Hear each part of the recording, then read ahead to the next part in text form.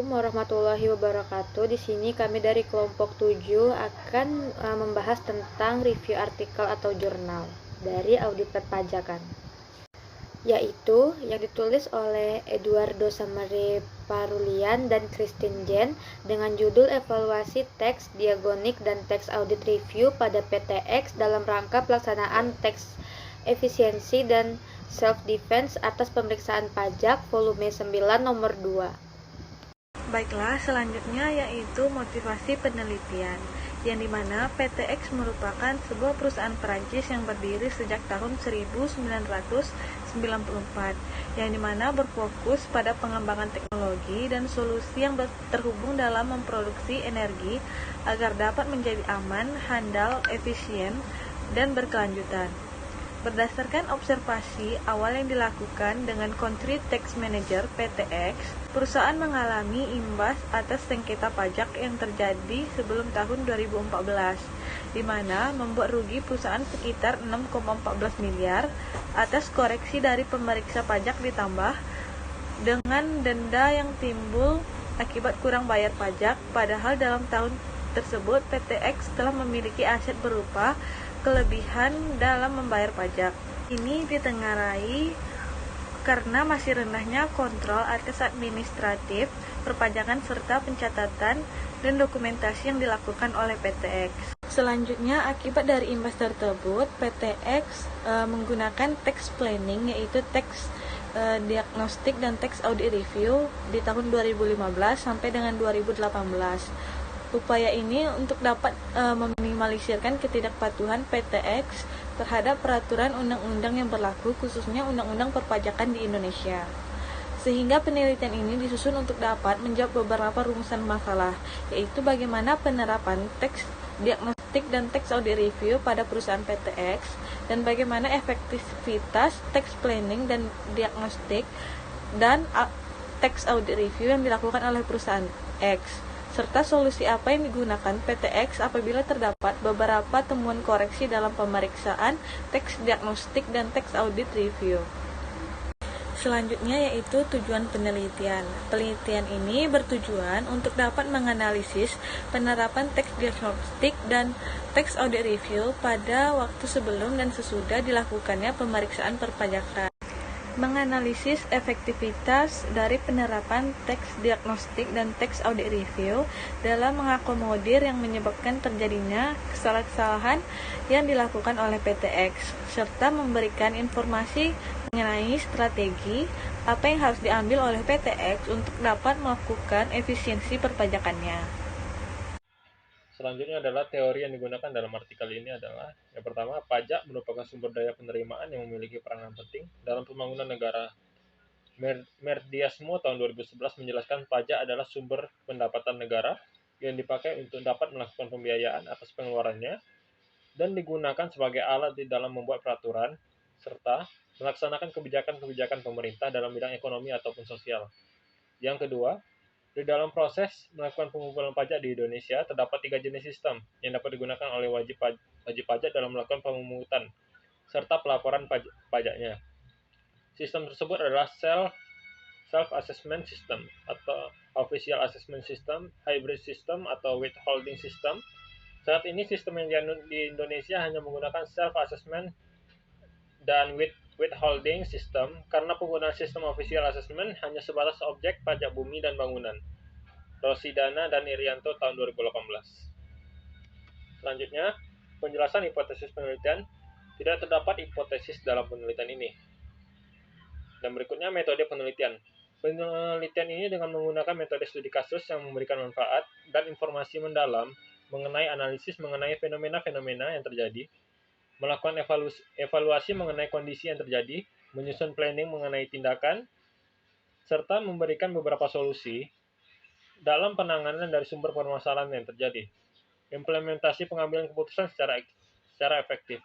ELET tahun 2007. Selanjutnya akan dilanjutkan oleh rekan saya. Baiklah, saya akan melanjutkan dari presentasi teman saya, yaitu hasil penelitian.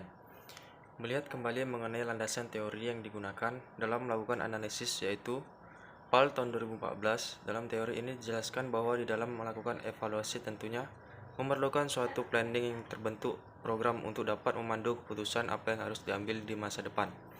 Program-program tersebut adalah tax diagnostic dan tax audit review yang digunakan oleh PTX dalam hal penelaah pajak di perusahaannya. Selanjutnya, menurut Howlett, Rames, dan per tahun 2009, terdapat penekanan pada operasi dan hasil program, sehingga evaluasi tidak hanya berkaitan dengan efektivitas program, tetapi juga proses penyampaian program, input program, output program, dan efektivitas biaya. Dengan menggunakan tax diagnostic dan tax audit review, memberikan gambaran kepada perusahaan untuk dapat melakukan efisiensi pajak atau efisiensi pembiayaan dalam dan pembekalan awal atau self-defense terhadap pemeriksaan pajak oleh Fiskus. Selanjutnya, evaluasi program digunakan untuk membantu membuat program bekerja secara efisien dan efektif, menurut West tahun 1998. Dan sebagai sarana untuk memastikan akuntabilitas dan dijamin kualitas, menurut Pal tahun 2014, teori tersebut menjelaskan bahwa atas output dalam suatu program atau planning haruslah memiliki cara untuk dapat mengambil keputusan agar program telah disusun dapat memiliki dampak efisien dan efektif.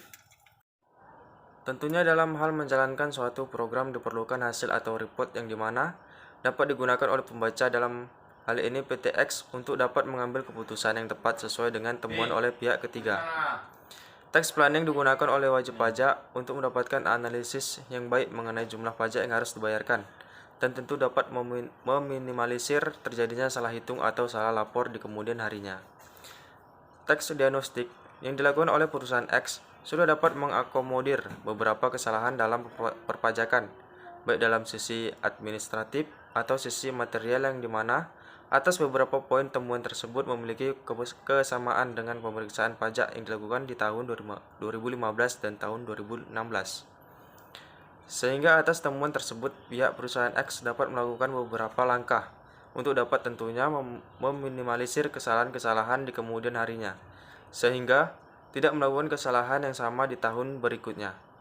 Tax audit review yang dilakukan pada perusahaan X sangatlah membantu perusahaan melakukan perencanaan dalam hal persiapan audit atau pra-audit, menyediakan dan menyiapkan dokumentasi, pembuatan argumentasi dalam tanggapan sengketa, dan analisis peraturan terkait dengan sengketa untuk dapat memberikan proof atau hasil yang baik dalam proses sengketa pajak.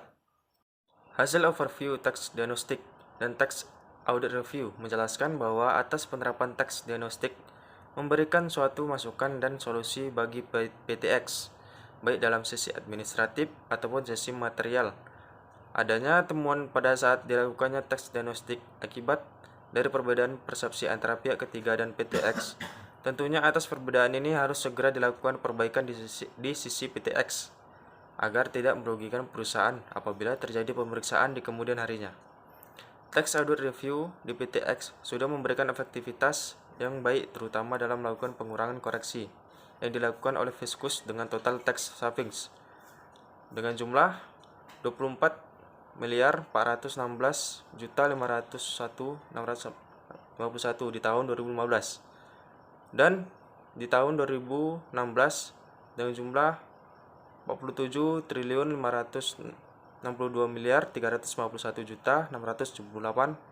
di tahun 2016. Baiklah, saya akan melanjutkan presentasi berikutnya, yaitu keterbatasan dan saran.